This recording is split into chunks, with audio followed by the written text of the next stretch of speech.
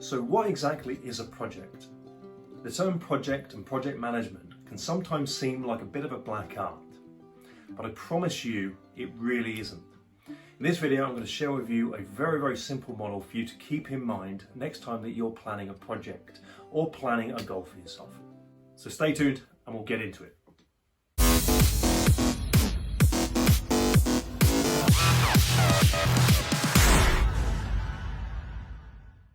Hi everyone, hope you're having a great day. If you're new to the channel, my name is Andrew Eade. I'm a project manager and consultant, and the aim of this channel is to teach you how the skills, techniques and systems of project management can be used to achieve your own personal life goals, ultimately leading you to lead the happiest, most successful, most fulfilling life imaginable.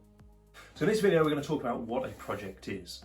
Now if you've looked into this before, you may have come across some fairly scary sounding definitions. For example, two of the world's largest project organizations define projects in this way. The PMI, the Project Management Institute, defines a project as a temporary endeavor undertaken to create a unique project, service or result. The Association for Project Management put it this way: a project is a unique transient endeavor undertaken to achieve planned objectives which could be defined in terms of outputs, outcomes or benefits. A project is usually deemed to be a success if it achieves the objectives according to their acceptance criteria within an agreed timescale and budget. I propose a simpler definition. A project exists to turn an idea into reality. Regardless of whether you're a project manager or not, the delivery of projects successfully is crucial in our everyday lives.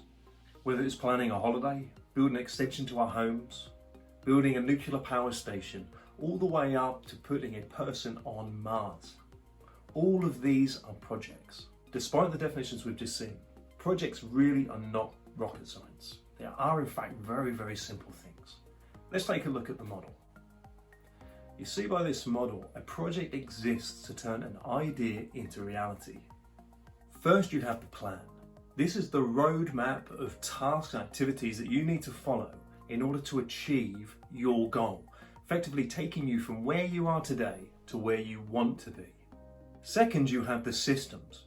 These are the processes, so the legal requirements and the actual systems that you will use on a daily basis that will support that plan and allow you to deliver that plan in the most efficient way possible. The third part of the model is you have teams. These are the people who will help you along your journey to achieving your project or goal. These may be people who run the systems, these may be people that you rely on for advice. They could be contractors, they could be friends, family. They could be people who finance your project. The only variables in this model are the scale and complexity of what is being delivered. Think about it. Every project, every business endeavor, every holiday, everything you have ever done could be described using this model. The skill really does lie in using this model and crafting your goal and your project around it. Making sure you have a very clear, concise plan, making sure you have very clear and efficient systems, and making sure that you have the right people on that project and helping you. And we'll talk about those in future videos. I want to finish by giving you some advice on how you can use this model today to evaluate your own goals, your own projects. Over the years, I've seen project managers quickly become overwhelmed because they don't know where the problem exists. They know something's going wrong, but they don't know how to fix it. One of the huge benefits of this model is that it gives you a very simple model to follow to identify problems. The first is the plan. If you were to look at your goal right now, are you crystal clear on what your next step is? Or what it will be in a week's time, for example, a month's time? Do you know what the big stepping stones are that you need to achieve, that you need to reach to achieve your goal, achieve your project? If you don't, you need to put further thought into it.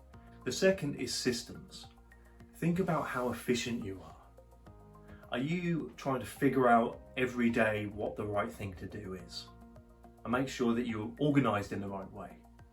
There are hundreds, if not thousands, of systems out there which can help you organize your life more productively and organize your projects. The third part is the team. Are you doing everything to achieve your goal? And by that I mean, have you got support? Are you actually the right person to be dealing with a lot of your work? If you're working on your own towards a goal, could you reach out to more people, different people who have some of that expertise that you don't have? Sometimes to leverage that expertise, you might have to pay some money. However, that's not a bad thing.